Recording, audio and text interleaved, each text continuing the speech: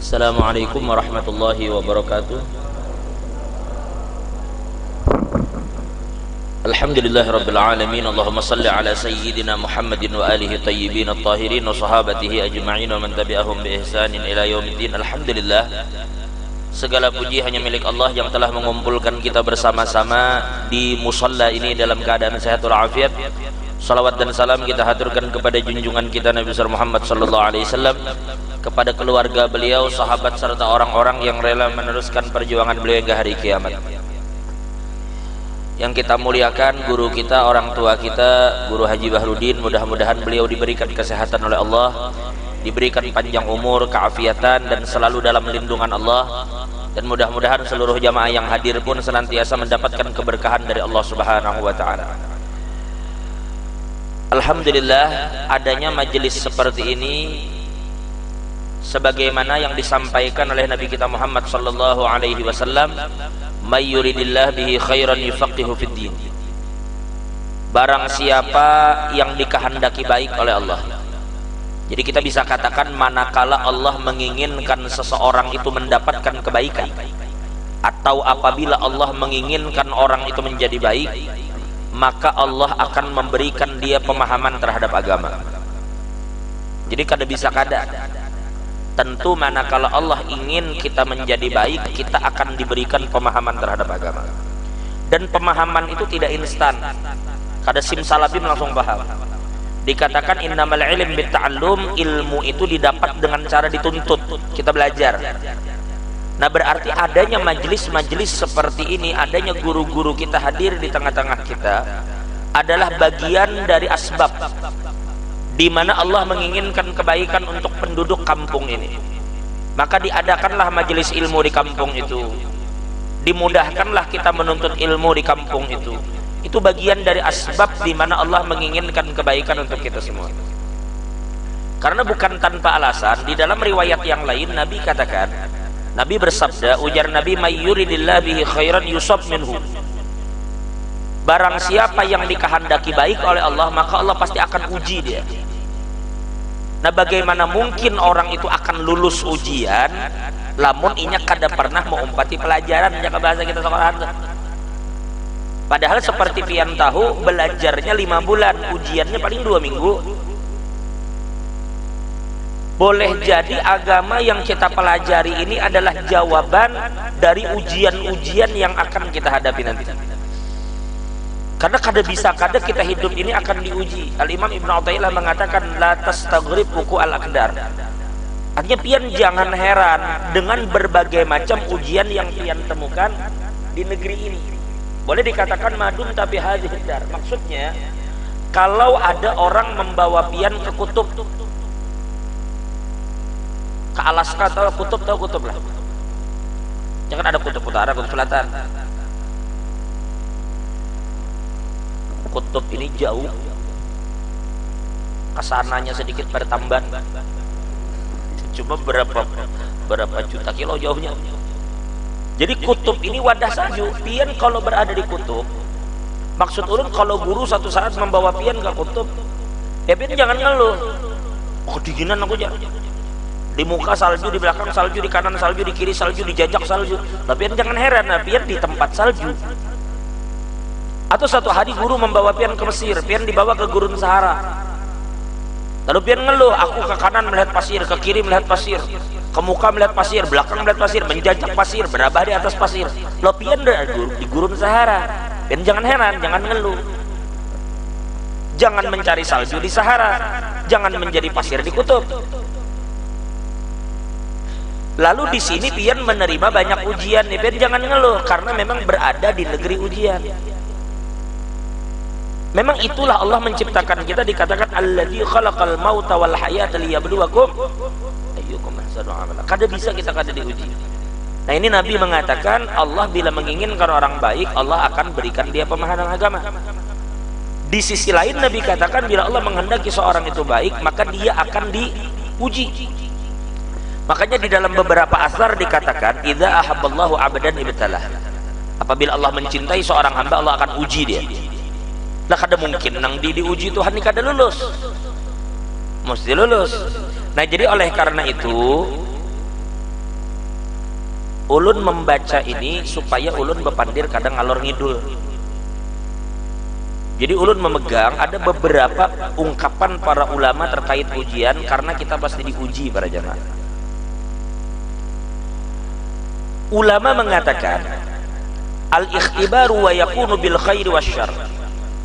Ujian itu tidak selalu pian mengira ujian itu harus garing, harus motor hilang. Kada selamanya begitu. Ujian itu ujar sidin bisa berupa sesuatu yang menyakitkan, bisa juga dengan sesuatu yang menyenangkan. Wal ibtila'u sunnatun min sunanillah. Dan ujian itu adalah ketetapan Allah yang pian kada bisa hindari itu. Kada bisa pian hindari.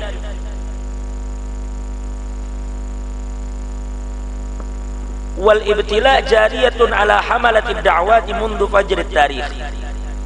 Ini ujian telah ada sejak sejarah mulai tercipta. Nabi Adam hanya datang ke dunia tapi sah sudah lawan bini. Begitu batamu lawan bini, ba anak na'udzubillah min dzalik, anak pulang bebuduhan kesian. Dari awal sejarah ini ada, ujian itu sudah dimulai. Tetapi kemudian waqad yakunu sa'ban 'ala nufus, memang terkadang ujian itu berat bagi diri kita. Tetapi ujar beliau walakin yarfa'ullahu bihi darajatal anbiya wa yamhullahu bihi khatayas salihin. Tetapi dengan ujian itulah Allah mengangkat derajat para nabi, dan dengan ujian itulah Allah mengampuni dosa orang-orang yang soleh, orang-orang yang beriman. Baik.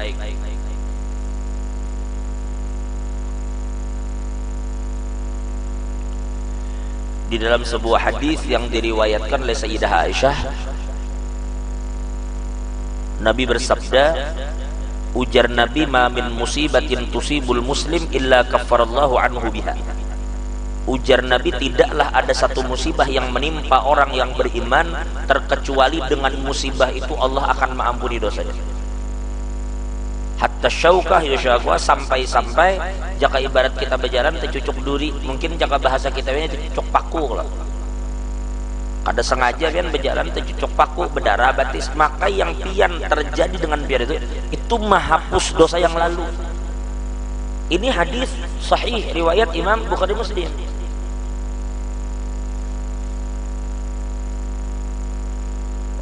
Berapa menit lagi? Belum lagi.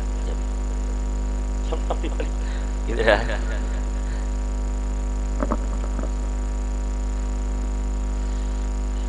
Uldi masih anu juga, masih loading lagi. Jadi begitu datang habis makan, rupanya berapa lama turun madai siano kawan jalan bilanya mulai sembahyang, habis sembahyang saja baru. Soalnya tuh guring. Jadi kalau kayak ulun kan musafir kada apa-apa karena maghrib ulun bisa kerjakan di waktu isya. Ada pertanyaan, mana afdalnya antara jamaat akhir jamaat takdim? Maka ulama mengatakan ala hasabir rohah, tergantung di mana jersidin nyamannya kita. Nah kayak perjalanan itu kita, kalau memang perjalanan itu lebih mudah bagi kita untuk singgah, jadi kedada sebenarnya patokan antara lebih afdal takdim apa takhir. Yang mana yang itu mudah, karena pada dasarnya bolehnya jamaah itu adalah memberikan kemudahan. Ala kulli hal. Kemudian Nabi bersabda di dalam sebuah hadis yang diriwayatkan oleh Imam Muslim, ujar Nabi, ajaban li amril mu'min. Ujar Nabi, urusan umatku ini, perkara umatku ini sungguh menakjubkan, ajaib jangan bahasa kita. Kenapa? Inna amrahu kullahu khair, karena semua yang terjadi dengan umatku ini selalu baik. Walaysa dzalika li ahadin illa lil mu'minin. Ini kebaikan ini tidak terjadi pada siapapun kecuali orang beriman. In asabathu sarra syakar fakana khairan lahu wa in asabathu dharra sabar fakana khairan lahu. Ujar Nabi, umatku ini apabila inya ditimpa oleh kegembiraan, maksudnya ditimpa oleh hal-hal yang menyenangkan, maka inya akan menghadapi nikmat itu dengan syukur. Adalah orang dapat nikmat innalillah, orang dapat nikmat alhamdulillah, berarti inya sambut nikmat itu dengan syukur. Makanya orang-orang para jamaah nang bulan maulid itu ulun lihat di situ ada guru gipari baru aja bulik Guru Gipari dari Palangka, dan sehat panjang umur. Ma'adakan berarti langgar ini mau, itu kan bentuk kegembiraan para jamaah. Kita ma'adakan nang maulid tuh nah. Allah berfirman di dalam Al-Quran, qul bifadlillah wa birahmatihi fabidzalika falyafrahu. Apabila kita itu adalah mendapatkan karunia Allah, apapun jenis karunianya, kita mendapatkan rahmat yang diturunkan oleh Allah, maka katakanlah wahai Muhammad ujar Allah, dengan karunia yang Allah beri dan rahmat yang Allah turunkan, hendaklah mereka bergembira. Jadi kita disuruh gembira lawan nikmat Tuhan, kita disuruh gembira lawan rahmat Allah yang Allah turunkan. Dan kita sepakat, ulama dari timur ke barat sepakat, ketika Allah memberikan nikmat, tidak ada nikmat yang lebih besar daripada lahirnya Nabi Muhammad. Makanya Imam Busiri mengatakan, waman huwal ayatul kubro li mu'tabirin waman huwa ni'matul uzma li mughtanim. Ni'matul uzma. Makanya Imam Nabhani ada mengarang kitab namanya Ni'matul Kubro, An-Ni'matul Kubro, nikmat terbesar Nabi itu. Lalu pian mau itu sebenarnya bentuk kita menggembira dengan rahmat nang ganal deh, dengan nikmat nang ganal deh. Ada seorang waliyun min awliyaillah salihin, beliau melihat Nabi di dalam mimpi. Bermimpi Nabi katakan, man ra'ani fil manam faqad ra'ani haqqa. Lalu wali tadi, ulama tadi bertanya, ya Rasulullah, ma nasibu man fariha bi maulidik. Ya Rasul, apa jatah, apa bagian yang didapat oleh orang yang gembira dengan maulid pian? Kelahiran pian inya gembira kesian, sibuk bulan maulid jadi saking gembiranya. Maka Nabi menjawab, ujar Nabi, man fariha bina farihna bih. Siapa yang gembira dengan kami, kami pun gembira dengan dia. Ketika pian berkumpul sibuk bergembira dengan maulid Nabi, maka apa yang pian lakukan itu pun akan menggembirakan hati Nabi sallallahu alaihi wasallam. Orang cinta kadang ada apa-apa, orang harganya kan cinta. Cinta itu logika sudah kadang kau menjelaskan lagi. Nah, singkat cerita, bilanya dapat nikmat ya Nabi, umatku tuh bersyukur. Nah, cuma kita sedikit melenceng lah, tapi saya ulun pikir masih bagian dari itu. Tadi dikatakan ujar Nabi, apabila umatku itu mendapatkan nikmatkah? Karena nikmat itu pun ada dua, ada nikmat, ada bala gitulah. Tapi nikmat ataupun bala kita lihat dari sudut pandang yang lebih luas, ternyata keduanya itu bagian dari ujian. Cuma ujian nyaman, ujian susah gitu. Ujian nyaman, ujian sakit, tapi si hakikatnya itu ujian. Karena bila ketika diberikan itu nikmat kita kada lulus, kita bisa kufur jadinya. Berarti kalau kita dapat nikmat, kita disuruh apa? Disuruh apa? Syukur. Nah, lalu Al-Imam Ibnu Ajibah, Al-Imam Ibnu Ajibah Al-Hasani, di dalam kitab beliau namanya Mi'rajut Tasyawuf, dan juga beliau memiliki tafsir namanya Al-Bahrul Madid. Beliau menjelaskan, ujar beliau, bersyukur itu terbagi menjadi tiga. Ya, syukur terbagi menjadi tiga, sehingga itu saling berkaitan. Tidak bisa hanya dengan satu syukur saja, harus sempurna ketiganya itu. Yang pertama ujar beliau adalah asyukru bil lisan, kita bersyukur dengan lisan, dengan muntung. Dapat duit, ada orang datang, ini najar ulun ada rezeki di ulun memberi pian, alhamdulillah aja kita, ya Allah alhamdulillah ini ada rezeki. Jangan lupa berterima kasih sini dalam sini. Man lam yashkurin nas lam yashkurillah. Orang yang kada bisa berterima kasih lawan manusia, makanya kada berterima kasih lawan Tuhan. Kita pun berterima kasih dengan asbab, meskipun kita tahu hakikatnya yang memberi rezeki Allah. Cuma kayak apa kita menghargai orang? Setidaknya doakan ninya, hal jaza oleh ihsan illal ihsan. Jadi yang pertama adalah kita bersyukur kepada Allah bil lisan, dengan mengucap alhamdulillah. Cukuplah, kada cukup aja. Maka kita lanjutkan dengan fase kedua, yaitu asyukur bil arkan, yaitu bersyukur dengan tindakan, dengan anggota tubuh. Kada cukup aja dengan lisan, tetapi tindakan justru kufur, kada bisa. Alhamdulillah biar aku dapat rezeki. Baru isoknya dipakainya judi online. Ini kan namanya orang judi online segala macam. Atau ditembakakannya ke nomor, atau dibawanya nukar minuman. Alhamdulillah waktu dapat, tetapi faktanya dalam tindakan ini kada bersyukur.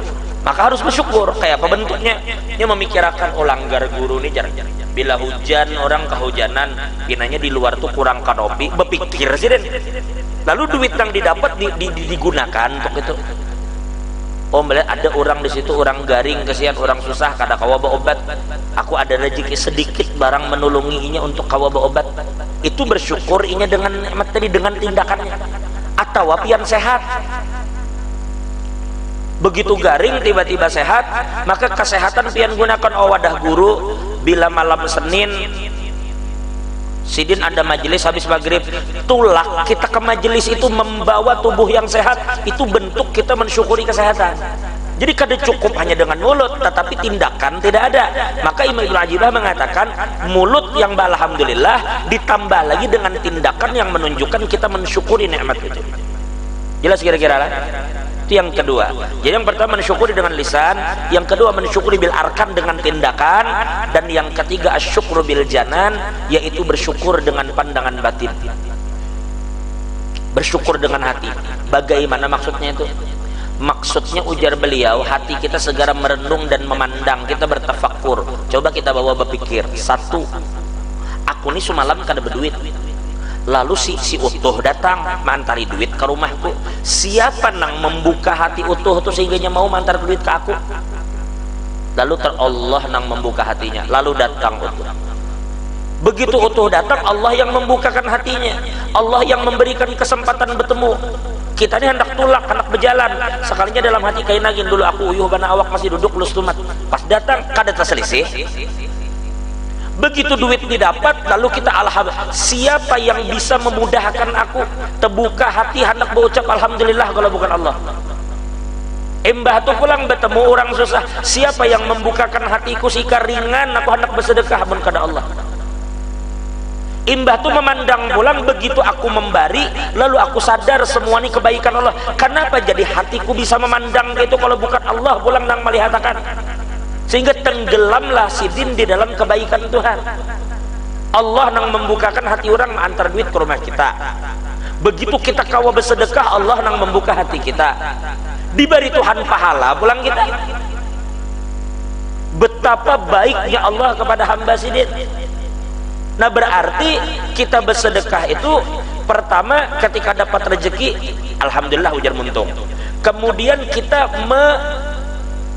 aplikasikan dengan tindakan nyata, ya tulak ke majelis, ya bersedekah, ya membantu orang susah, ya bahadam lawan guru. Itu kita menggunakan nikmat secara tindakan. Setelah itu baru kita memandang aku bahadam ini bukan karena aku hebat, tapi Allah membukakan hatiku mau bahadam lawan guru. Jika hatiku tertutup kada kawa juga, Allah membukakan. Aku pun hati terbuka tapi awak kada sehat kada kawa juga.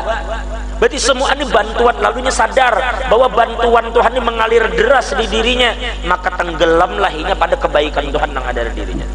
Nah ini bersyukur namanya ujar Imam Ibnu Ajibah, dengan lisan, dengan tindakan, dengan hati. Kalau sampai dua aja bahaya ujar Ibnu Ajibah.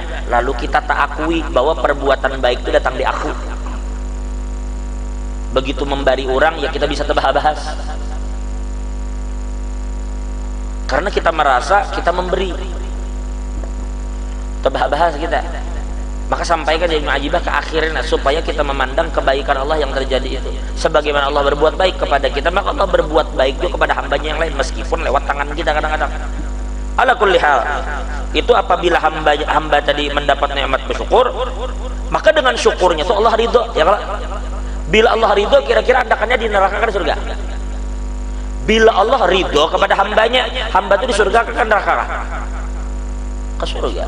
Berarti ketika inya diuji dengan nikmat, inya bersyukur, maka syukur itu mengantarkannya pada ridho Allah. Allah ridho, lalu inya masuk surga. Lalu ada yang lain ujar Nabi, in asobathu dharra, bila inya dapat kesusahan. Di orang lain diuji bilang dengan kesulitan. Lalu dengan kesulitan yang inya terima, bebulik kita tadi. Inya belajar sudah wadah guru.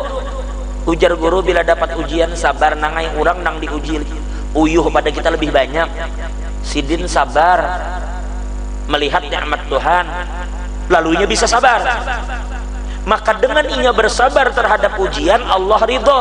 Bila Allah ridho, Allah masukkannya ke surga. Jadi kesimpulannya, apa aja jenis ujian yang datang, inya punya modal menghadapi. Bila yang datang nyaman, sidin bersyukur. Bila yang datang susah, sidin bersabar. Dua-duanya ini mengantarkan kepada ridho Tuhan. Makanya apa aja yang datang, ujar Nabi, bagus terus. Karena umatku bermodal. Kita bahari di Arab, di Hadramut, apabila musim panas, panasnya tuh panas banar, biar coba biar bahas Ustaz bahaji umroh, musim panas, puncak panas luar biasa. Tapi kita kada apa-apa. Kenapa? Karena kamar kami AC. Ada AC sebagai modal menghadapi datangnya panas. Lalu santai ya. Begitu datang musim dingin, dingin nih ganas juga. Dingin nih biar matahari itu jam 12 siang tuh terik-teriknya. Kada ada awan melindungi. Iya tuh kita berdiri di lapangan, bila angin bertiup dingin sampai ke tulang. Dingin di Arab itu. Tapi kita kada apa-apa. Bila subuh kita sembahyang aja. Kenapa? Karena kita diisi pemanas banyu. Kawai mandi subuh. Artinya kita siap dengan alat-alat yang mana alat itu membantu kita menghadapi musim yang datang. Nah kita ini dimodali, makanya kita belajar syukur dan sabar lawan guru kita. Yang mana itu modal. Jadi apakah ujian yang datang? Ini modal kita menghadapinya. Lalu ketika kita lulus, Allah ridho. Jadi apa aja ujiannya baik terus. Nabi ulun tutup tausiah ini dengan satu cerita.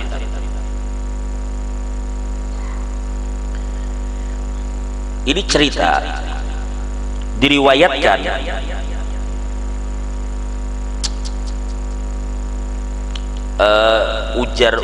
dikatakan di sinilah arbaun min kunuzil jannah, ada 4 hal yang menjadi jalan pintas menuju surga.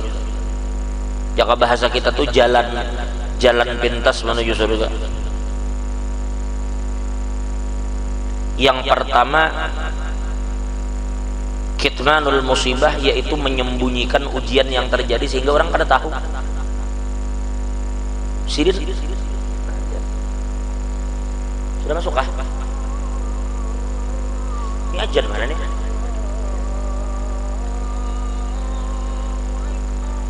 Nah, Batu Sopang tuh lawan di sini kira-kira kan ada jauh kalau waktunya. Ya kalau sedikit lagi lah. Ini Isa sampai jam 4:30 juga kan? Yang pertama kitmanul sadaqah, yaitu kitmanul musibah, menyembunyikan ujian yang terjadi. Sini senyum aja di hadapan orang. Ada guru, Allahumma shalli ala sayyidina Muhammad. Siapa? Sampai ulun dalam beberapa hari ini juga. Waktu di TW nggak salah. Pokoknya ulun dapat cerita ini baru aja. Jadi abah guru itu pernah satu hari, Guru Fadil Pakesa. Kalau kada salah Guru Fadil Pakesa, ujar Sidin, ada satu hari ketika abah guru ini, Sidin abah guru itu kan ujian, Allah memberi ujian lah. Jadi memang dikatakan asyaddun nasi balaan al-anbiya. Pertama Nabi dulu yang paling berat ujian, baru setelah itu baru para aulia, para ulama. Jadi ada satu masa, karena ulun pernah para jamaah ketika di sekumpul itu abah guru itu mencabut tangan kami. Nanti mungkin ingat waktu itu, mungkin abah guru, karena ini 2000 kan, sedangkan abah guru kan Sidin senior di Martapura. Ini di 2000 ke atas. Di 2000 ke atas, kalau tidak khilaf sekitar 2003 atau 2004 kejadian itu. Mungkin kawan ulun ingat, satu hari abah guru mencabut mic. Sidin meletakkan mic ini di nadi. Ini perhatikan, ini nadi ulun. Ini adalah suara. Kan ada suara apa, Pak? Tapi guru ketika beliau mandang itu gemuruh darah itu. Bujur-bujur bergemuruh. Jadi sampai beliau menceritakan, ujar Sidin awak pun nangis Sidin, bahasa kita maaf ledek jaka bahasanya itu hancuran sudah awak tuh saking banyaknya jarum-jarum nang masuk, karena jarum untuk cuci darah itu jamaah kada sama dengan jarum infus. Jarum cuci darah itu besar. Jadi ada satu hari Sidin kesakitan luar biasa. Itu Sidin kayak apa? Menyalakan TV itu sehabis nyaring di kamar tuh, supaya orang rumah tuh kada mendengar Sidin tuh rasa sakit. Saking kada hendak makhluk tuh tahu rasa sakit. Bila di hadapan murid kayak kada sakit, di hadapan pecinta kada sakit. Nang kayak ujar Jenderal Sudirman aja. Ujar Jenderal Sudirman, jenderal besar kada garing, nang garing itu Sudirman. Sudirman sakit, jenderal kada sakit. Kitmanul musibah, menyembunyikan musibah yang terjadi. Ini orang besar yang di satu sini. Yang kedua adalah kitmanus shadaqah, menyembunyikan sedekah. Bersedekah itu berdiaman, kada perlu orang tahu. Ini tadi guru mengisahkan Habib Abdullah Idrus, berbuat baik yang orang kada perlu tahu kebaikan Sidin itu. Memang ini dari datu mereka bang lah. Dulu Al-Imam Allahumma shalli alaihi wasallam Ali Zainal Abidin As-Sajjad itu sampai ulun pernah baca manaqib, beliau itu disambat orang pelit. Kenapa? Karena beliau itu tidak pernah orang lihat bersedekah. Tapi ternyata begitu beliau wafat baru orang sadar. Setiap malam ada orang yang membagikan gandum ke orang-orang miskin. Begitu beliau meninggal terhenti bantuan itu. Barulah orang sadar setiap malam nang datang berbagi bantuan itu ternyata Al-Imam Ali Zainal Abidin. Begitu meninggal itu bahu Sidin itu legam para jamaah hitam karena mengangkat karungan gandum itu. Kitmanus shadaqah kada mau orang tahu. Karena ujar Sayyidina Ali juga Allah gambarkan dalam Al-Quran, innama nut'imukum liwajhillah la nuridu minkum jazaan wala syukura. Kada harapan orang. Jadi tapi lah bila kita melihat orang bersedekah di-upload masuk Facebook, Instagram, jangan juga dipadahkan sombong. Kita kada tahu niat orang. Boleh jadi Sidin bersedekah itu untuk memacu nang lain supaya mau juga umpat bersedekah. Kalau itu tujuan Sidin, ujar Nabi, man dalla ala khairin falahu mislu ajri fa'ilih. Bila orang tuh berbuat baik lalu diumpati orang sekampungan, maka Sidin dapat pahalanya bertahan. 3. Kitmanul faqah, nah, yaitu menyembunyikan kesusahan, kesulitan hidup. Nah, kadang-kadang kita ini terbalik, sebenarnya mampu aja mobil berisi sekalinya di kaca bertulis keluarga miskin supaya dapat bantuan.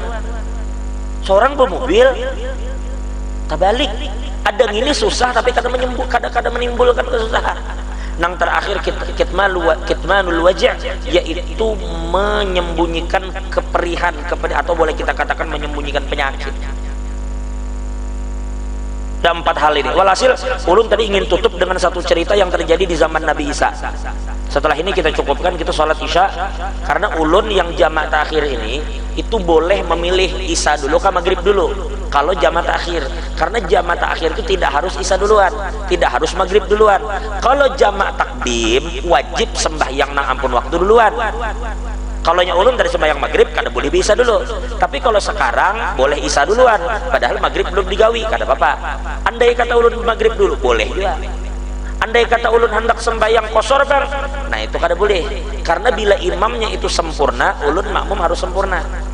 Katalah.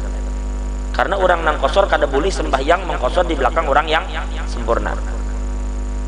Baik, ini cerita terjadi di zaman Nabi Isa. Dengarkan.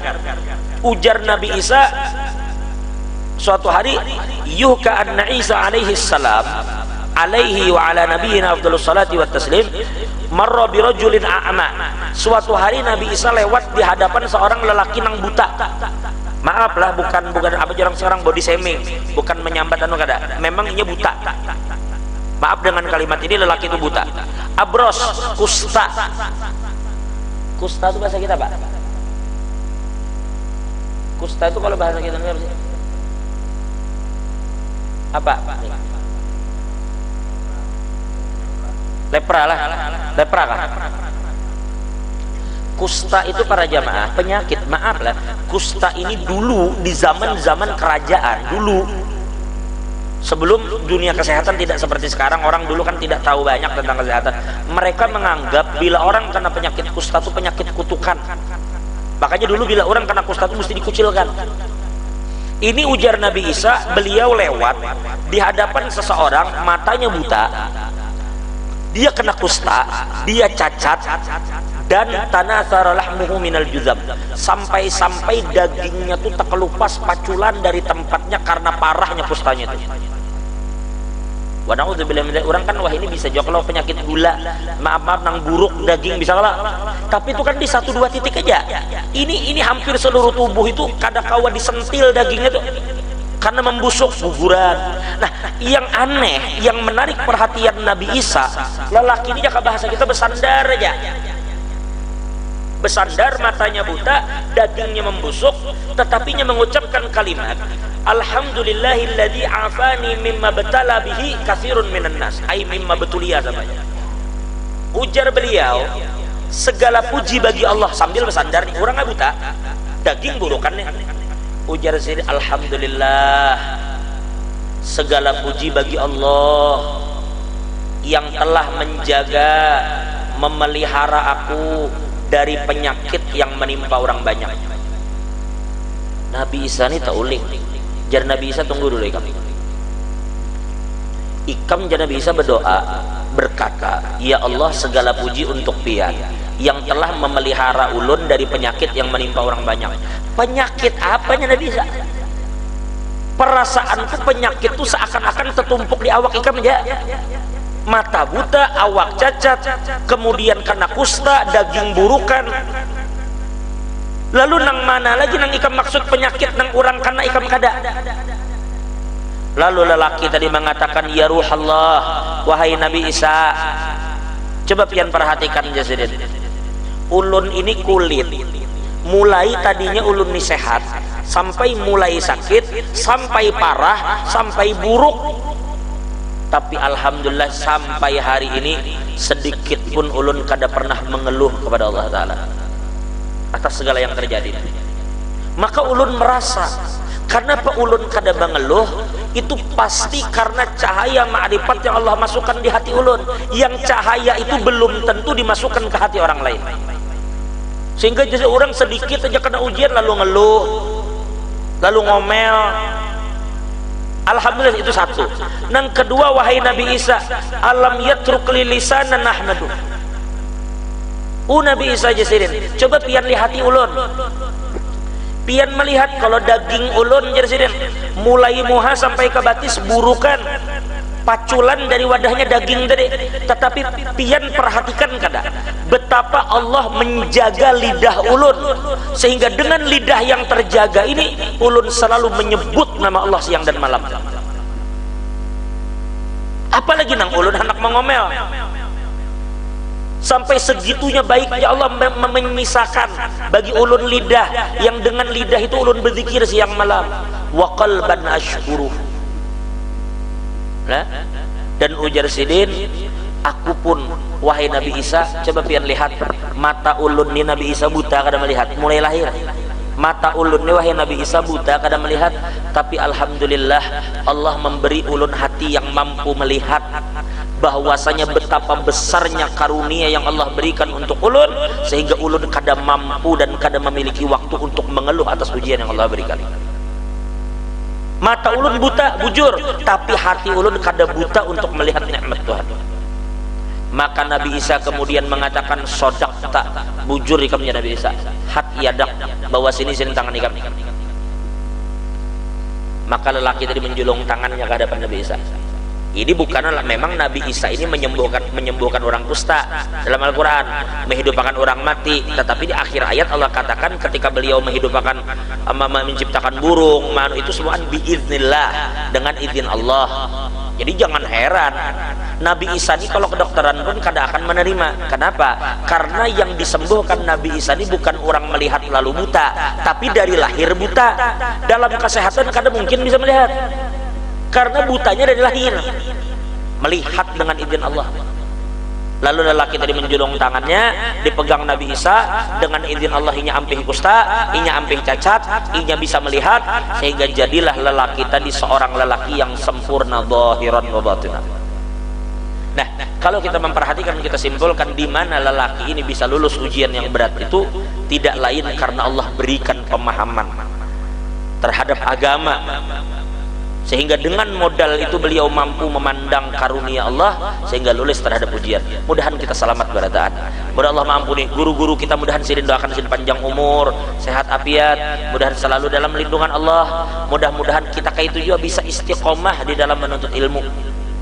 Para jamaah, ulun mohon maaf agak sedikit melenceng ini. Ulun ingat beliau ini kan orang Amuntai.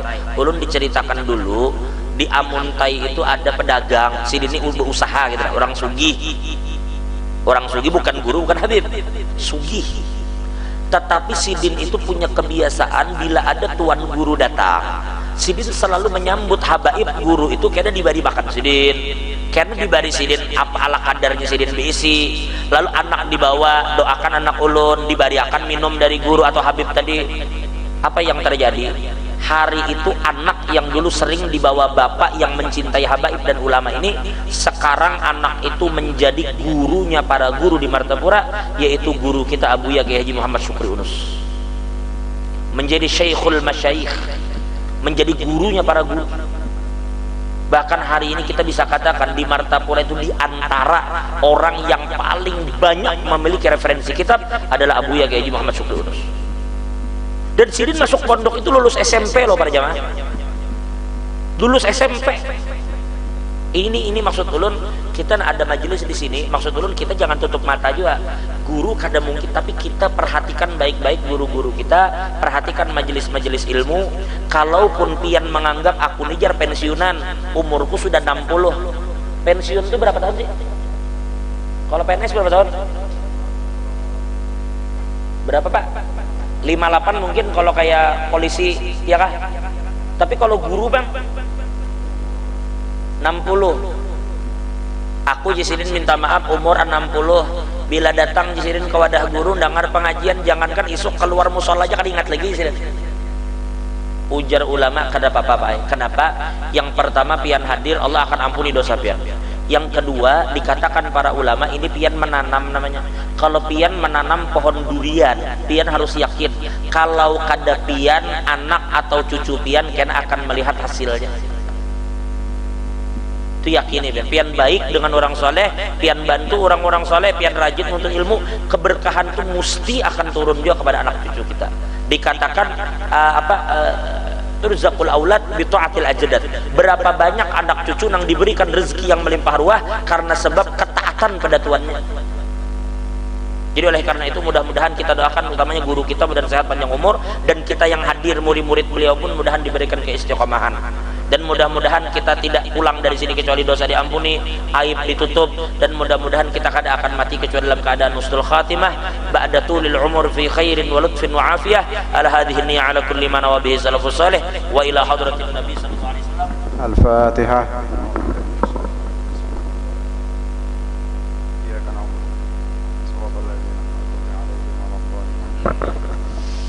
وعفنا يا كريم وعفنا يا رحيم وعفنا يا أرحم الراحمين اللهم انفعنا بما علمتنا وعلمنا ما ينفعنا وزدنا علما بل سبحان ربك رب العزة عما يصفون والحمد لله رب العالمين تقبل الله منكم